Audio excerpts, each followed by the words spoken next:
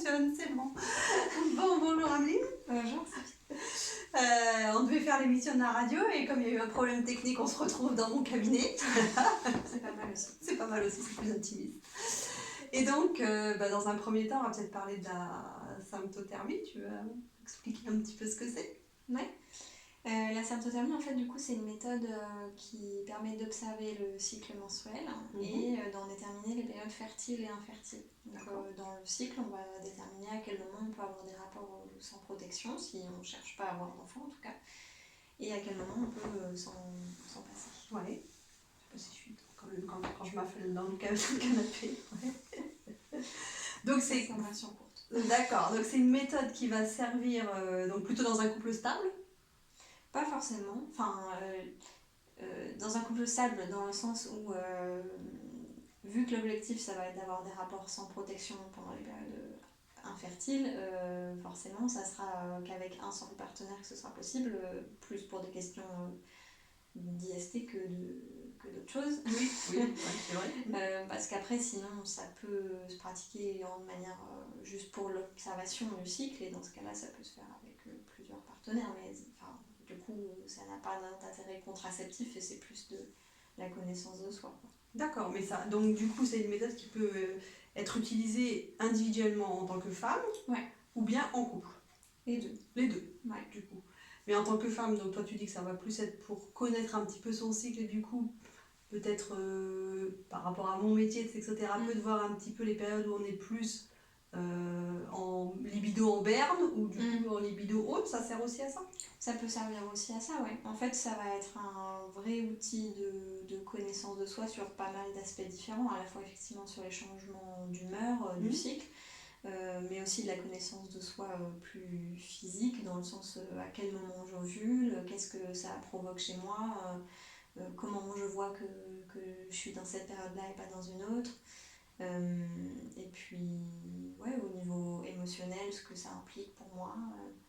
Enfin, ouais, c'est de la connaissance. Et puis après, du coup, ensuite, ça peut servir d'outil de diagnostic, en fait. Parce qu'à partir du moment où je sais quand j'ovule, et à partir du moment où je sais quand j'ovule, je connais je sais si au niveau hormonal, c'est équilibré dans mon corps. Et si ça ne l'est pas, j'ai un outil pour savoir un peu qu'est-ce qui ne va pas et en parler éventuellement avec un professionnel de santé, en fait. D'accord. Donc c'est vraiment un outil de connaissance et du coup un outil de diagnostic aussi.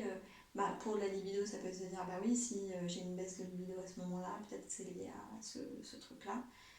Si c'est un souci plus physique, ok, ce désagrément il apparaît à tel moment, c'est lié à ça, et donc je vais pouvoir le corriger de cette manière-là. Ça veut dire en fait, donc, cette méthode de contraception, la symptothermie,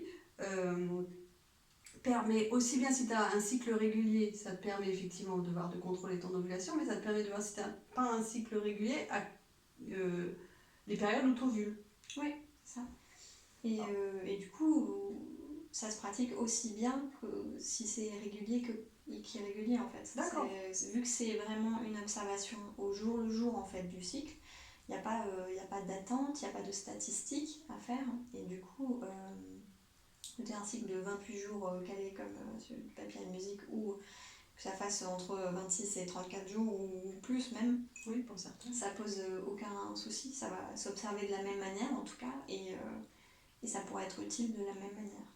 D'accord. Et donc du coup, comment dans le concret ça marche? Dans le concret, on va observer deux principaux indicateurs de la fertilité chez la femme, qui sont la température du corps, qu'on va prendre le matin au réveil, et la glaire cervicale qui s'écoule, enfin qui est produite dans le col de l'utérus et qui s'écoule par le vagin naturellement. Et donc ces deux indicateurs-là, on va pouvoir les observer pendant pas la totalité du cycle, parce qu'il y a des périodes où c'est pas nécessaire, mais en général au début c'est au moins une quinzaine de jours dans tout le cycle où il va falloir faire attention à ces deux indicateurs-là. Et au fur et à mesure, du coup, avec ces deux indicateurs, on va pouvoir déceler l'ovulation et du coup déterminer à quel moment il y a une période de fertilité et à quel moment on ne l'est plus. D'accord, donc ça, en fait, c'est quelque chose de l'ordre de... Enfin, on est obligé d'avoir un apprentissage. Je sais pas, une méthode qui s'apprend un jour, il faut être patiente. Ouais. Il faut le faire sur plusieurs cycles, du coup. Oui, effectivement. On considère généralement qu'il faut 6 mois pour bien maîtriser la méthode et l'apprendre et l'appliquer correctement en fait. Mm. Parce qu'effectivement, on nous apprend pas à l'école à observer notre glaire cervicale. Non, Loin de là. bah, on nous dit même pas qu'on a de la glaire cervicale à l'école, hein. Déjà la base, c'est quand même la sexualité, c'est un petit peu tabou, ouais. Ouais, c'est ça. Enfin, la sexualité et le corps humain, parce que ça, c'est pas de la sexualité à proprement parler. Ouais, bah, Oui. dans la mesure où ça sort du sexe, C'est ça. c'est de la sexualité, donc c'est ça. C'est ça. Mais ouais, effectivement, du coup, comme on ne l'apprend pas et comme c'est en plus assez tabou, ben, effectivement, ça nécessite du temps d'apprendre et d'apprendre à se lire, quoi, et d'apprendre à dire, bah ok, ça en fait, c'est quoi, ça vient à quel moment, qu'est-ce que ça veut dire chez moi, comment je le note aussi ensuite, parce que ben, à partir de l'observation, il y a une notation qui doit être faite pour s'en rappeler et pour analyser en fait. Hein, parce que c'est pas retenir les 28 jours, donc tu as une espèce de graphe, c'est ça? Ouais, on appelle ça un cyclogramme en fait. D'accord. Ça va être une feuille où jour par jour on va noter la température, la glaire et d'autres choses si besoin. Et à partir de là, ensuite, on va analyser ce qu'on observe et en tirer les conclusions qu'il faut, quoi. D'accord. Donc il y a à la fois un temps d'apprentissage au niveau des observations, d'apprendre à bien s'observer, et ensuite un temps d'apprentissage pour appliquer les règles correctement en fait. Pour pas se tromper au moment de dire ah bah oui là je suis infertile. Ah mais oui mais non en fait parce que la règle elle est pas tout à fait bien appliquée. D'accord. Ouais, il y a un petit temps aussi pour bien appliquer et bien trouver sa période quoi. D'accord. Et donc toi là en ce moment quand tu interviens en tant que conseillère en symptothermie, donc tu vas rencontrer des femmes en individuel ou des couples et ça prend combien de temps? Tu les suis combien de temps pour qu'ils puissent avoir cet apprentissage? Alors moi généralement je leur propose je leur propose entre 3 et 6 mois de suivi. C'est le temps qui me semble le mieux en fait, la fourchette de temps qui me semble idéale parce que vraiment ça s'apprend pas non plus en un mois. On peut commencer mais ça prend quand même du temps à démarrer.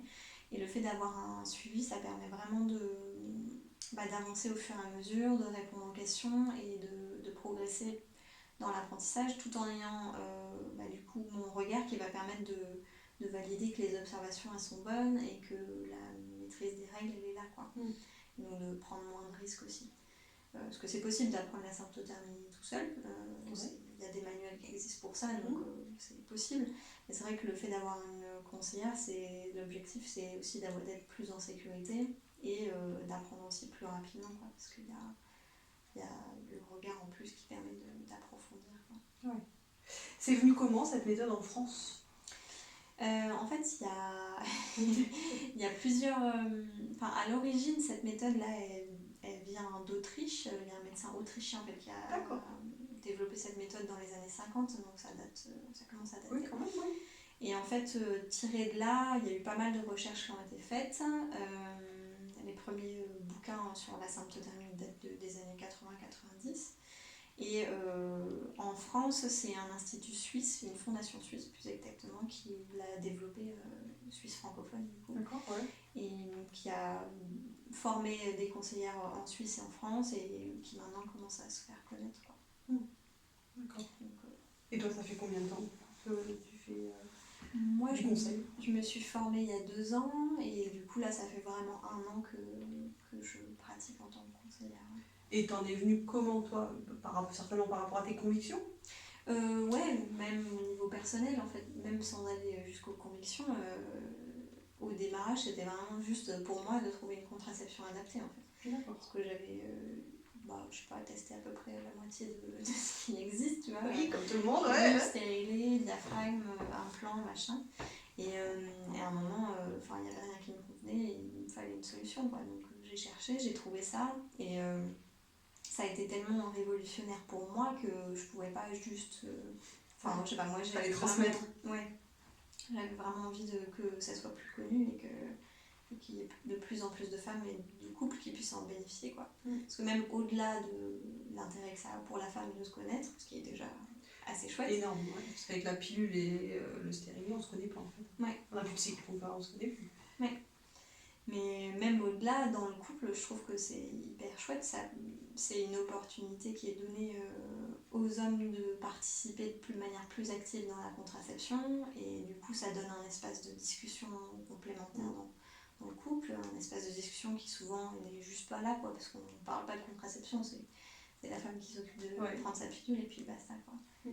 Mais en fait, je trouve que ça apporte des choses vraiment chouettes dans le couple de remettre ça au centre. Il y a une responsabilisation, enfin un partage des responsabilités.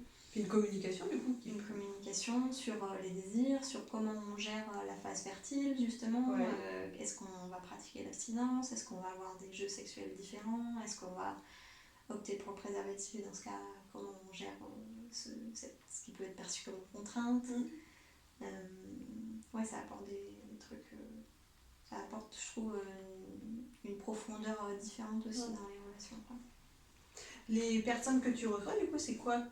Enfin, la moyenne, c'est quoi? Quelle est la moyenne d'âge? Quelle tranche d'âge tu vas recevoir?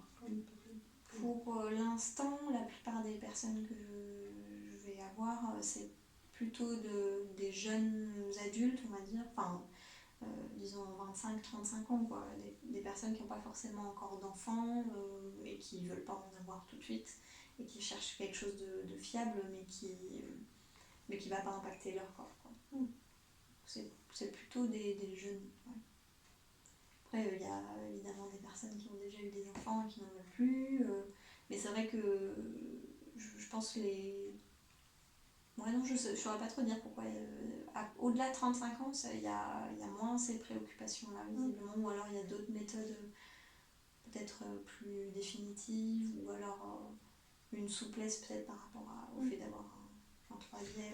Du coup, c'est quand même vachement encourageant, parce que ça veut dire que la jeunesse, du coup, est vachement plus préoccupée par son bien-être et une contraception le plus naturel possible, donc ils font aussi attention à leur corps, quelque part. Ouais, complètement.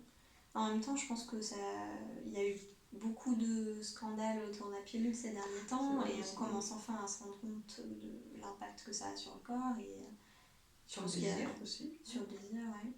Et du coup, c'est maintenant qu'on a la connaissance de ça, les femmes elles prennent aussi plus elles ont le courage de dire ok, bah non, en fait, on veut autre chose, quoi.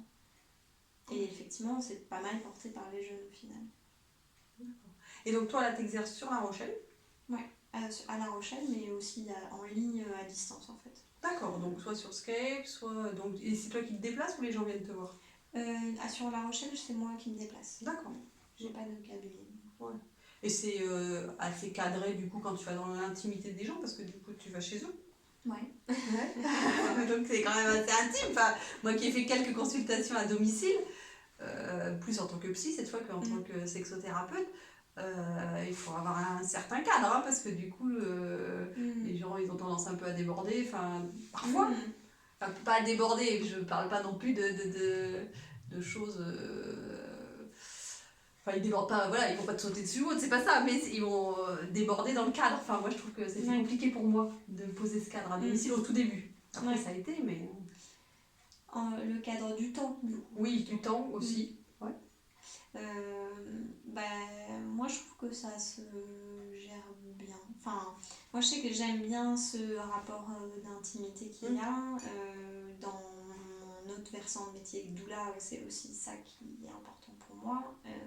Et du coup, ça me semble... Enfin, pour moi, je me vois vraiment comme une accompagnante. Donc le fait d'aller dans l'intimité de la personne ou du couple et de les aider à aller vers cette contraception-là, ça me semble plus simple en étant moi à leur disposition chez eux. Oui, quoi. c'est vrai.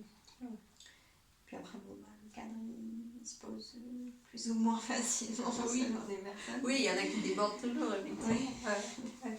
Et est-ce que tu veux parler des tarifs, ou c'est plutôt... T'as un site où on peut trouver tout ça ou... Ouais, parce qu'en plus, moi, les tarifs, je les ai pas en tête. D'accord. Je suis une cliché là-dessus. Ouais, non, il y a côté commercial, on n'est pas très bon dans le social, c'est sûr. C'est ça. Et l'inverse, c'est vrai. Donc ouais, il a toutes mes infos qui sont sur mon site, et mon site c'est intuitive-ameline.fr. D'accord. Donc il y a tous mes tarifs dessus, et puis il y a des forfaits qui sont proposés. Après, je suis assez ouverte à trouver d'autres formules quand il y a des besoins différents aussi, parce que parfois, quand on débute, il y a un besoin qui est naturel et que je peux prévoir, mais parfois, si ces personnes ont commencé puis arrêté, ça peut être intéressant de regarder sur quelque chose de plus personnalisé. Dans ce cas-là, c'est possible. Ok, t'avais autre chose à rajouter sur la symptothermie? Sûrement, ouais. Enfin, plein de choses. Oui. Après, dans le temps imparti, on a vu qu'on a débordé largement.